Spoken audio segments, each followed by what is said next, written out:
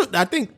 That's the thing I take from Marvel is that they did it so perfect. Yeah. Like they started, was it Iron Man 1 when they first started there? Yep, Iron Man was the first. And then they built up that. And then what was after? Was it Iron Man 2? Hulk, Incredible Hulk, even Okay. though it was Ed Norton Hulk, it's technically still associated with the MCU. And nobody batted an eye when they changed the Hulk. Like No. it was actually the person that replaced the Hulk what's his name? Ruffalo. Yep. He's a better Hulk in my opinion. I think so too. And I like Ed Norton's Hulk, but this Ruffalo Hulk, like that's the Hulk for me. Like Yes. now when I think about the Hulk, that's who it is. Exactly. And that's how it should be.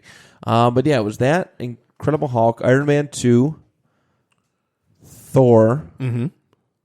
I think it was Thor. It might have been. No, it was Cap, then Thor. I'm pretty sure it was Cap, then Thor. Okay. I can't remember. But it brought them all together, separate. I was like, there was a whole mystique. Like, how are these guys going to look together? Like, there's no way they'll ever do this. And then they did it, and it was amazing. It was so perfect. Yeah. That I'm sorry, I got to cut you off. Go ahead. No, they just slowly added pieces. Yep. Little by little. There was a lot of major characters that for the sake of movies, had to come off as side characters that they could have, that are major league characters in the comic books, like War Machine, like Hawkeye, Black Widow, and so many others who will never get their own solo movie, but they're really cool supporting characters, right? And they play still such a prominent role. They still play prominent roles. Exactly. I like how they did, like you said, I like how they did intertwine those, and like Black Widow when she was in Iron Man 2. Yes, it was the first one. How they introduced her in that, and then how they introduced Hawkeye and Thor.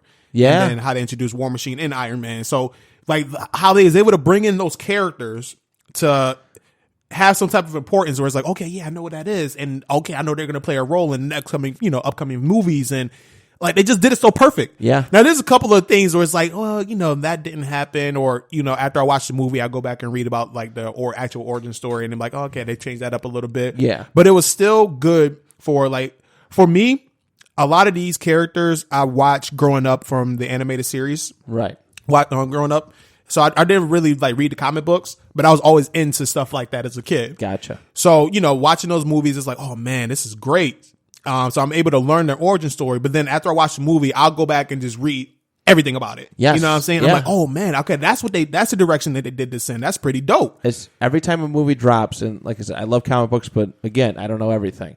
I will go see a movie. The next morning, I'll look up Easter eggs from the movie. Yep. And what certain references, certain objects were in the comic books. Yes. And it just helps expand my knowledge so Yes. much. And there's a lot of cool nods in there that go very unnoticed by people. Yeah. Very unnoticed. Sometimes they come full circle in a later movie. Sometimes they don't. But regardless, yeah, there's a lot of little hidden gems, phrases, and stuff that people just don't realize in those movies. That's what makes it so fun. You're legit looking. Okay, what's going on in this background? It's like it's a legit experience watching the movies. Right. Yeah, the character development is fucking amazing. The movies are very entertaining. Like, even like the ones I didn't think that was good when I first watched them. Like the first Captain America I didn't really like when I first watched it. I was like, this is kind of slow and I'm not feeling this. Yeah. The first Thor was the same way for me. But then I go back and watch them and I'm like, damn, this movie is better than I thought. Like that first Captain America was amazing to me. Yeah. Now that I go back and watch it, that movie is freaking phenomenal. It's yeah, that's the cool thing about it, because you can, jump forward. Like I can jump from Endgame, and then go back and watch the first Avengers. Yeah. And there's so much new stuff that you pick up on. Yep, every time. There's the interconnectedness, like it has no end at all. That's the best part about it. I agree, man. Yeah. So let me ask you this. If you had to rank like the Marvel universe, like the Marvel MCU movies, yeah. If you had to rank them in like certain tiers, so let's say like tier 1, tier 2, tier 3, how would you place them in order? I actually posted about this months ago. Mm-hmm. I don't know if I can find it on me right now. Off the top of the dome. Off the top of my dome. Tier 1. And I think I did 4 or 5 tiers. Endgame, Infinity War, First Avengers. I didn't have Civil War. Winter Soldier. Maybe the first Guardians. I think it was the first Guardians. The top tier was that, and then Black Panther was high tier 2. Also, Civil War, both the Spider-Man movies. I really liked both the Ant-Man movies. I'm trying to think of some of the other ones that I might have missed. The first Iron Man was tier 2.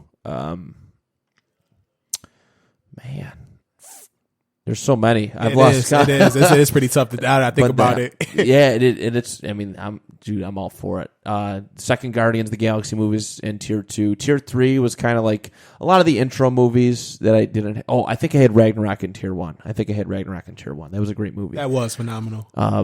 Tier 2 or 3 was kind of a lot of the intro movies that I didn't necessarily hate, like Captain America, like Thor: Dark World. But those kind of simmered down, and like the bottom ones were like Iron Man 3. That was my least favorite out of all the MCU movies. Yeah, I think I agree with you on that one there. That one really didn't do it for me. Like, it was cool. And was that the first movie after Avengers? After Avengers? Yeah, it was actually. Yeah. So I think that's why I hyped it up so much. But then, like, going back and looking at it, I was like, that movie wasn't that good. No, it wasn't. I mean, part of it for me might be because at that time I had just come out of a very serious relationship, and I was just trying to go on dates with whoever. And I was like, and silly me, it was like, yeah, let's go to the movies. Which is a terrible first date idea because you can't talk to anybody. Yeah. But out of the 7 women that I went on dates with immediately coming out of this relationship, 3 of them asked to go to Iron Man 3. 4 of them went to go see the Fast and Furious movie at that time. So I was movied out. I was just like, yeah, I never seen that before. Like, I just played along with it because I'm just like, yeah, I just want somebody to love me. That shit gets real. Meanwhile, you're sitting in the movie, you just like quoting all the quotes. You're just quoting everything that they're saying. Yeah. Especially like Fast and Furious, it drives me nuts because those movies are so wild to me. Yeah, they got crazy. Me and the wife just went to the drive-in and seen Hobbs and Shaw. How was it? I actually liked it. I like that they didn't label it as a Fast and Furious movie. Right. I'm actually glad that they did because I'm just like, how did we go from fucking Tokyo Drift to Hobbs and Shaw? How we doing, Tokyo? Yo, Tokyo Drift might be my favorite one. I don't know why. I don't know why. That was fun. It was the song.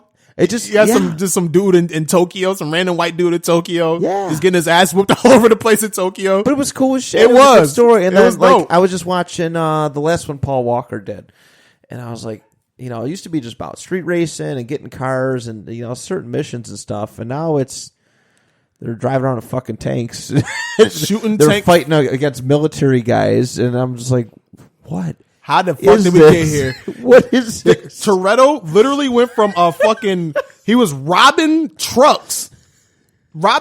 fucking cargo trucks to doing missions for the CIA and shit. Yeah. How the hell? You talk about a revelation. What? That's the ultimate glow up. Absolutely. This dude is beating trained killers in hand-to-hand combat. Dude, you was like, what? Yeah. Where do you get this training? When did this happen? Just overnight. This happened. Like, get the fuck out of here. It makes no sense, but it's so great. And then he's like, everything's like family this, family that. Like, it's cool. I get it. But, like, it drove me nuts because, like I said, I was watching the Paul Walker one. And Deckard Shaw, Jason Statham's character, sends a bomb to Toretto's house, blows it up while his sister and stuff are there. And then the next movie, Deckard Shaw saves his Toretto's son. Yep. And then they shake hands. I'm like, what the fuck? That they eating lunch and dinner and shit together. Like, bro, you just tried to kill my fucking sister. Like, dude, like, I appreciate you saving my son, but you blew up my fucking house. Blew up my I'm house. not shaking your hand. Right. Like the beef may be squashed, but you can't come over. You can't come to the cookout, bro. Yeah, Sorry. You can't come here, man. Yeah, I mean, like, I appreciate you returning my kid, but you also try to kill me. That is it's funny. Just like I can make those connections, and then I don't know. I just feel like everything The Rock touches nowadays. I think he's like a funny actor, but he just takes over shit, and then it just drains, like, sucks every penny he can get out of those movies. They say that The Rock, like, whenever he just like signs up for these movies, like, he has like clauses in his contract where he can't lose fights. Yeah, like they said, like in all the Fast and Furious movies, like he won't lose a fight. Yeah, like he might get like knocked down or some stuff like that. Or he might get punched in the face like once or twice or something like that. But they say like, no, I got to win this fight. Yeah, they say he's that much of a fucking diva. Yeah, oh, I'm sure. It's crazy, right? I'm sure. Yeah, 100%. And I heard there was issues the last full movie that they did between Diesel and Rock. Like there was some issues. Yeah, I can understand. They hate each other. Yeah, and I kind of understand it. You kind of see where, like, The Rock whores himself out. Like, you can go to any movie at any given time of year, and there's 3 previews with the fucking Rock, and they're all the same character. Yeah, they're all the same. He does not change up his acting style at all. At all, just some big ass dude. One-liners, him throwing a punch or him jumping across something very far. Legit, that is all. You got him in the fucking Hobbs and Shaw preview, pulling a helicopter and shit. Like, I seen that in Captain America, bitch. You're seeing that. I seen that in Civil War, you phony. Go back to wrestling. By the way, that scene was dope in Captain. Or was that Civil War? That was really cool. Dope. And then he stole it.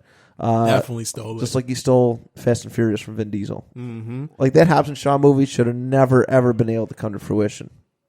I got to see it still. I'm an action junkie. It's a good movie. I think they legit could have. I mean, yeah, they did have a background with everything that went on between them, but I mean, just putting the two of those characters together in a movie that had nothing to do with Fast and Furious, wasn't Fast and Furious Presents this, I think it would have been excellent completely standalone.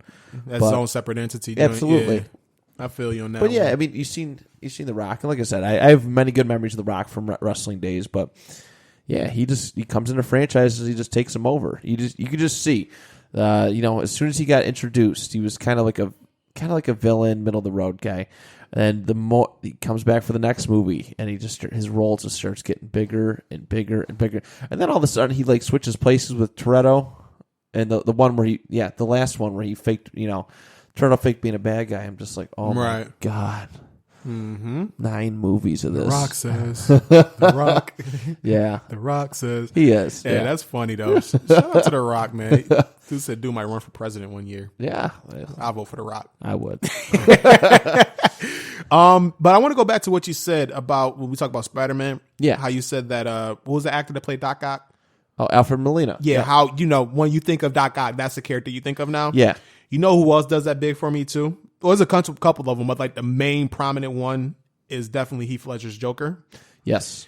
Which brings me to this upcoming Joker movie that's dropping in October. Yes. Now, if you don't know this about me, I am a huge movie person.